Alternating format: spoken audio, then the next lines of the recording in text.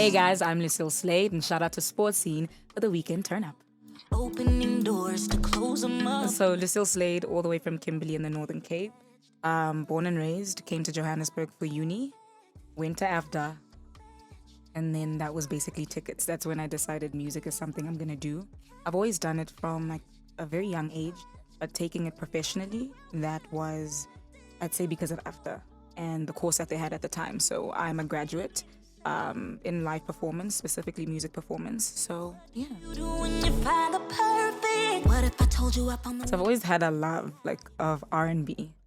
I think it started with my mother. She played a lot of pop music, literal like Boyzone, white boys in boy bands. It made no sense, but she liked it. So I think that also rubbed off on me. And then just like the love for R&B, there's so much soul in that, and it always spoke to me. So it was such an easy thing for me to go with. But yeah, I've basically had to fight to continue doing R&B at a time when it wasn't the most popular thing. And now things are changing in the craziest way. It's almost like the universe saying, yes, you made the right choice. So R&B just speaks to my soul. I love the musicians. I love like the OGs, your TKs, because when I think about R&B in South Africa, that's my first recollection of it. And then I loved like Lebo Matosa's fearlessness, and then Brenda's daring. You could not tell her anything, and I like that. opening doors to close them up. There was no plan. I will not lie to you. There was no plan. I had an album out at the time. The person that had signed me was just trying to sort of help break me into the industry. It proved to be quite difficult because that was 4 years ago. So nobody was looking at R&B like that. So a boy I was seeing at the time was like, you should do those covers. You keep saying you want to do it. And I was like, who's going to shoot it? And he's like, well, I can. I have a camera. I edit. And I was like, you know what, my nigga? Totally. Hard. Now I gotta hit the point. So all those collaborations, honestly, were off of the strength of social media. Had I not put those covers up on social media, nobody would have known that I sing. I always say to people, like, if your mother knows you sing, that's great. But if you want to make it a career, you have the internet at your disposal. And the internet helps you. And it doesn't just have a record label exec looking for you in like your street, you know, because nobody knows you exist. Up until you put something out there, that's when people know that you exist. So off of the strength of those covers, one of the producers, I think it was Cocaine, and he had produced Ricky Sidlukotini. He DM'd me and was like, hey, you should come to studio. I said, okay. And they said, do a few hooks, and we might send it to a few artists. And one of the artists they sent the hook to was Stogie T. And he was like, okay, let's use this hook for my project. And I was like, oh, thanks, great. And then Zinhle DM'd me after she saw another cover I did, and she was like, let's work. I was like, okay. She gave me a call. You know, like Stilo, I met through the other producers as well. Tshego, just worked with him recently, and that was off of social media again.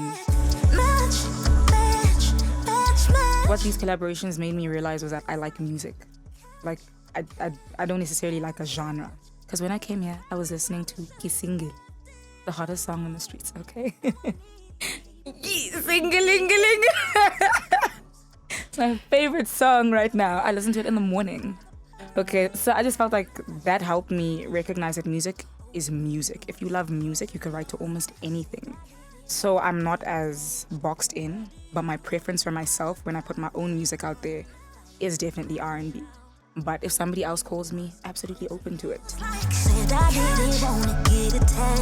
So for me, you must actively be doing something with your music, because there are some people who do music, but the platform to put their music out there is not necessarily strong, nor do they know like the channels to go about it. So sometimes you'll record a song and it might be the most amazing song, but if somebody doesn't have the right type of network or rollout plan, then that song will fall flat. So I always look at it like that. I'll ask you, what's your plan? Doors to close them up. Said I did it. There's so many things. Generally, it'll be the relationships I'm in, be it a platonic relationship, a romantic relationship. Business relationships have spawned songs. So it depends on how I feel. And sometimes even conversations with friends. Like the other day, a friend of mine was going through something really hard, and we just had a conversation. But something about that conversation felt important to sort of write about and to put it into melody. Yeah, different things. It's never just one thing. What if I told you? So good. I mean, it's my song, but it's great. Like the question, like I leave people with is, what do you do when you find the perfect match? I'm not imposing anything on anyone. I'm simply telling you my perspective. And then I ask you, because I like that. I like that it's reflective to my audience. And it's also reflective for myself. So that one I did with the guys at Noble Music. They do some of the most incredible music you've heard. You've heard Nalingi. They're amazing. So writing with Bubele was so easy because he is so talented, but also is not forceful in his approach. Just lets it happen. Sort of helps usher your thoughts into the right structure, should I say. Yes, because he's got like even greater experience, and it's nice to be in rooms with writers like that or creatives like that. But yeah, Perfect Match is like mid-tempo, up-tempo. The video debuted last week on MTV Base. I think it's super important, but choose your people. Like, your success is going to lie in the people you choose, and not everybody who wants to help you should help you. Some people overestimate and completely underdeliver. Don't do that. You should know what you want as well, or else somebody will tell you, well, I'm the best thing you've ever had, and you're like, no, I've had better. That ain't great. Like, you genuinely need to know, and I think working with many people is not a problem, because some people want to make it seem like, oh, you should just have one steadfast thing. If that's not your perfect match, you're going to have to wait until you find yours. And I've been lucky enough to find my people as I've gone, and I've left people as I've gone. And it's super important also to know to walk away from people. Don't be undervalued. As an artist, you bring a lot to the table. If somebody's going to manage you, don't let somebody make you feel like they're making you. This is a collaboration. And if you are not collaborating in the right way, it is going to crumble. Ego, you need to throw it to the wayside, because as soon as that enters the chat, you really can't work anymore. Now we're going to be dealing with each other's feelings and each other's egos. It's such a waste of time because there are bigger things to be done, in my opinion. So find the right people. Not everyone you meet is the right one. As long as you need to wait. Even if it's years and you're like, man, I'm feeling like I need help. Ask a friend that you trust. Ask if you've got like a parent like me. I can call my mom and be like, can you please help me with this booking? Or find one friend that you know is really good with admin and is also responsible and is accountable. Also, you need to be responsible and accountable. There have been some times I've been real late for things and I'm like, Lucille. So as much as you're holding other people accountable, you have to hold yourself accountable as well. So many different aspects. I just want to tell people like, wait. What do you do when you find the And trial runs. Do trial runs. Put somebody on a 3 to 6 month trial run. If somebody is as good as they say they are, they will absolutely deliver, regardless of the time frame. I've had people I worked with for 6 months who couldn't do anything, met somebody for a week and they did so much more than somebody I knew for 6 months. Give people goals as well, so that when they say, well, when you look at the end of your 3 months or 6 months, you're like, okay, well, this was achieved, this was not achieved. Therefore, this relationship might be beneficial to both of us or not. Or maybe I do better by myself. should've seen it coming. I'm so excited. This is the perfect way to end off my 2020. Like, I wasn't sure that I wanted to shoot one, but the director was just like, Lucille, let's shoot a video. And I said, Khale, I'm not sure. And she said, it's going to work. We're going to make it happen. And true to her word, because she actually is she's a director for films, for commercials. So she has a vast scope and a vast understanding of picture. Feels like catch. I made it so easy putting together meetings with everyone, my friends who help style me. They're part of a company called 4i Concepts. They're amazing.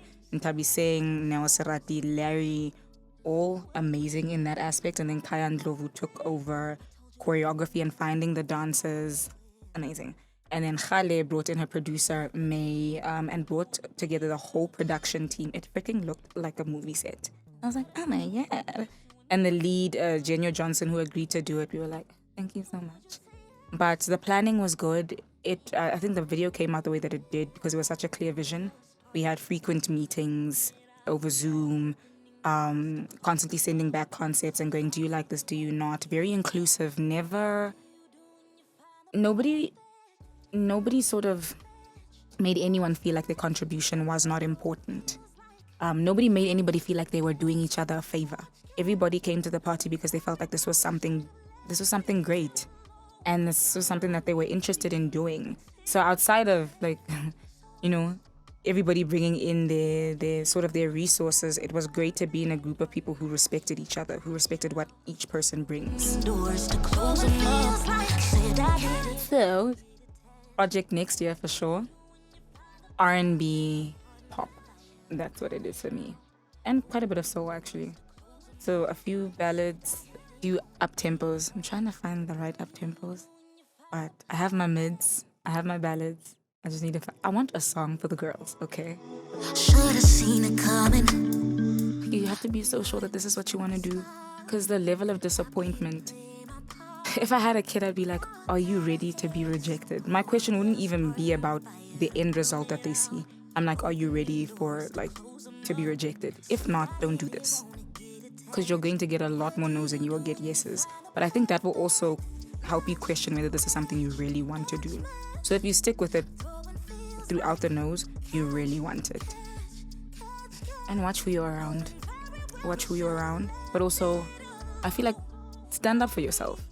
You'll meet, especially as women, you're going to meet a lot of men in this industry. A lot of men have strong opinions. A lot of men run this industry. You're really going to have to stand up for yourself. And don't worry about the names you're called, as long as you know who you are. Yeah, that ain't a problem. They could call you whatever they want. As long as at the end of the day, you respect what I do. And you'll be like, I don't like her, but I'll call her because I know she's good at that. That's fine. I got my friends. You don't need to be another one. I don't need stacks of dichotomy. No. Know why you want to do this. Be clear about that vision. Yeah. Move as honestly as you possibly can as well. Don't worry about what people say. People talk. Hi guys, it's Lucille Slade here. Shout out to Sports Scene and Weekend Turn Up yet again. Don't forget to get my new single Perfect Match. Watch the video on YouTube and just stream all the music.